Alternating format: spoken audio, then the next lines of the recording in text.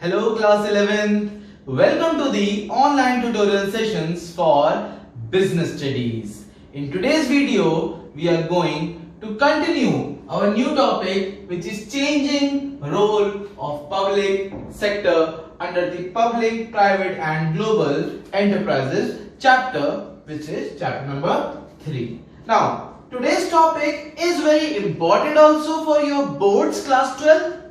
Even though you are in 11th, but this topic will be asked in your 12th economics under the Indian economic development. But for this session, it is under your business studies and the topic is changing role of public sector. Now students, the public sector, the government sector is very important.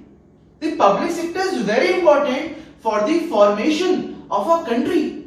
Without the government, this country will be a body without skeleton, right? Are you getting my point? In fact, for a body, the skeleton is very important. So for a country, the public sector is very important. So the public sector had an important role. We are talking about at the time of independence. During the time of independence, on the eve of the independence, after the Britishers left our country, at that time, the public sector had an important role in achieving certain objective of our economy, because as you know that our Indian economy at that time was very much damaged. We had very little resources. Our infrastructure, school, hospitals were equivalent to zero. We were in a very bad shape at that time. So the public sector was to play an important role. Either by direct participation, they had the option either to make the companies of their own, or by acting as a medium, means, or to provide the resources, the important resources for the private individuals so that they can continue this process of development in our country. Now for the trade, for developing trade, and for developing infrastructure, basically for the development of a country, they needed few things. First thing was development of infrastructure. Now what is infrastructure? Your roads, your transportation, your communication, your buildings, schools, hospitals. All these things are very important for a country to develop. For development, these type of things are very important. So the development of infrastructure was required, therefore the public sector took over it. The public sector provided the roads, they provided the transportation, they introduced the railways. Now, the second one was regional balance. There were only 3 cities, that was Madras, now known as Chennai, Bengal and Bombay, who had industries. In the rural areas, there was zero industries. The employment level was zero, nil, nothing was there. We were in a bad shape. So, these 3 cities only had basically these were the ports, ship ports. Therefore, they had the industries. For transportation becomes easier at the ports. But in the rural areas, in the other areas where port is not available, what happened to them? So, the government took over and they provided industries. They opened industries so that employment can generate, people can work, people can earn, and the regional balance can be built. Regional balance means for the rural areas and for the urban areas. There is a difference in rural area and urban area. Urban area is urbanized. Why? Because people have job, people have industries, people have to work, they can earn. Therefore, they are urbanized. What about rural areas? Rural areas, they have only one source of occupation, that is agriculture. And if they have other, they are not so profitable. So in that case, regional balance was to be maintained and the government, the public sector took over it and they established industries in the rural areas also. That's how they established the regional balance. Now let's talk about the economies of scale. Economies of scale means to produce on a larger scale. At that time, the private companies were not able to invest lots of money. They had very little amount of capital. Because they had very little amount of capital, they had to reject the ideas which were proposed by the public sector, that is the government. So the government had to take over it, and they started the economies of scale, that is to start the production on a larger scale. Are you getting my point? So economies of scale was also built. The last one was to check over concentration of economic powers, that is to control monopoly. Now the government was giving rights, they were allowing the private sector to take over, to work, to make industries, to build country, to give employment. So if they are giving private sector some power, so the government made sure that the private sector do not monopolize it. Monopolize means, or to have a monopoly means to have a sole power. Suppose I am producing something which nobody in this entire world knows. I am producing a unique product. So that is the monopoly. I can sell that product at any price I want because there is no substitute for it. Substitute means other thing which can be used in place of my good. So that is called monopoly. So the government checked over the monopoly, that the private companies, the private sector do not monopolize it.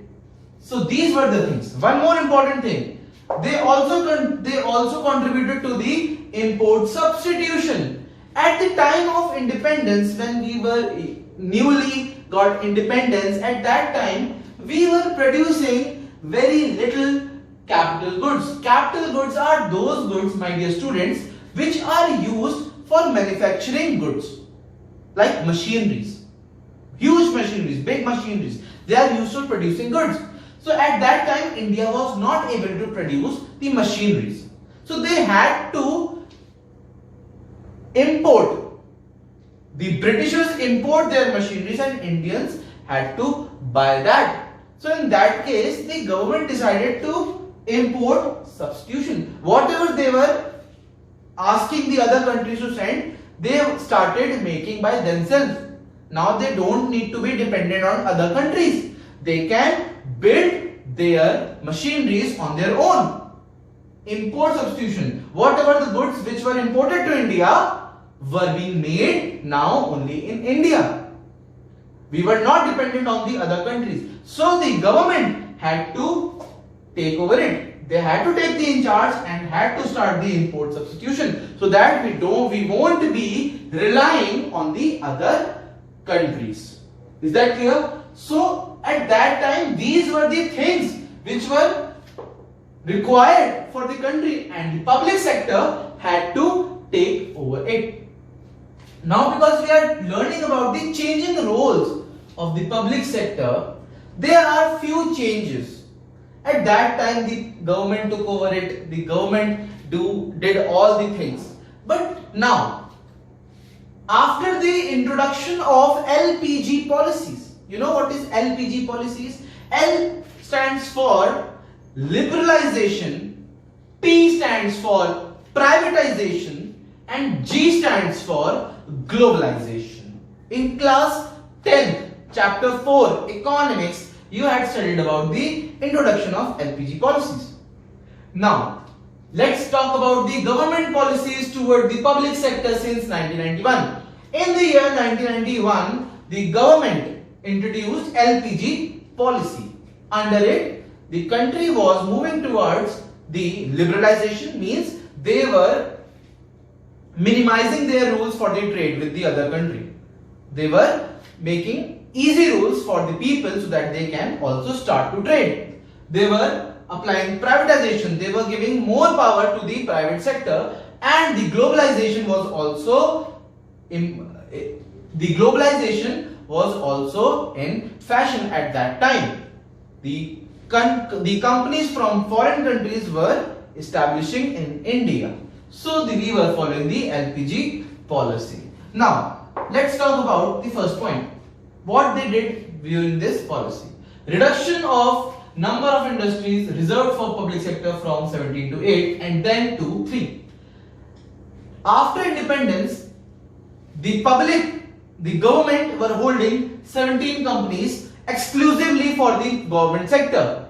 After that, they decreased that number to 8. Now only 8 companies, 8 sectors were meant for the public or government sector. Rest of the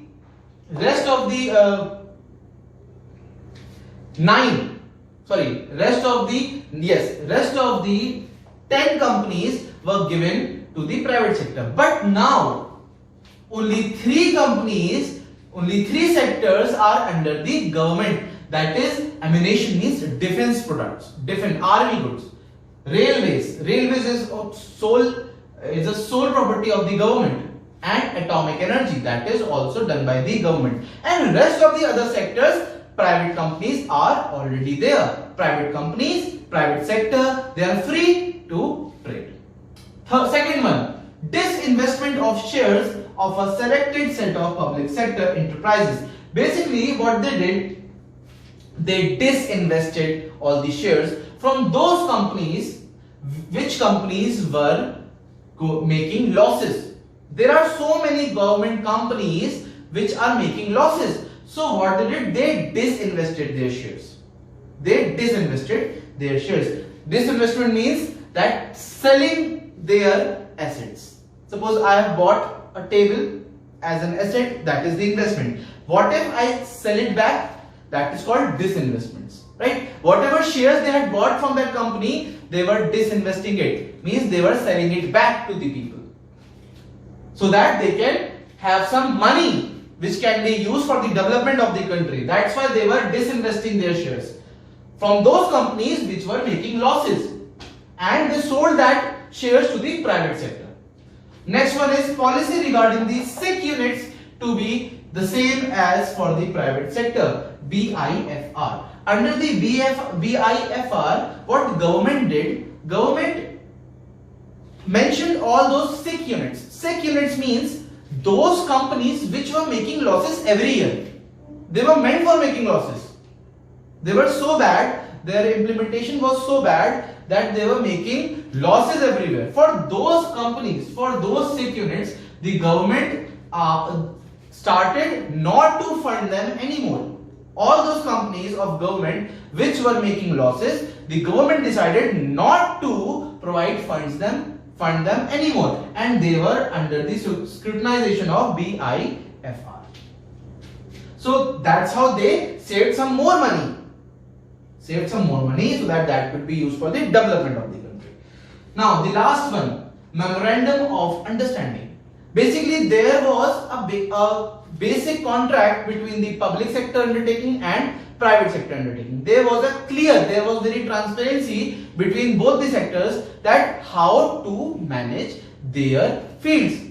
The private sector were already told what they have to do, and the public sector, they were also known about what they have to do. Both of them knew their roles. So that was the memorandum of understanding. The PSUs, the public sector undertakings, were given clean targets and operational autonomy to achieve them. Now the government was providing the public sector units undertakings the clear target. Their target was clear that we have to reach this target, or we have to sell this, we have to earn this much profit. So the public sector undertaking were given clear targets and operational autonomy. Autonomy means freedom. They were free to work like they want. So operational autonomy was there to achieve them. So basically this was the whole changing role of public sector.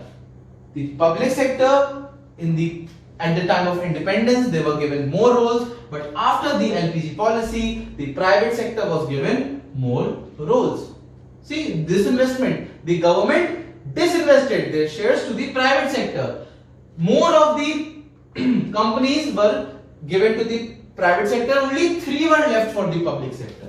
And all those units, the public sector which were running some units which were making losses, they were also shut it down and was given to the BIFR.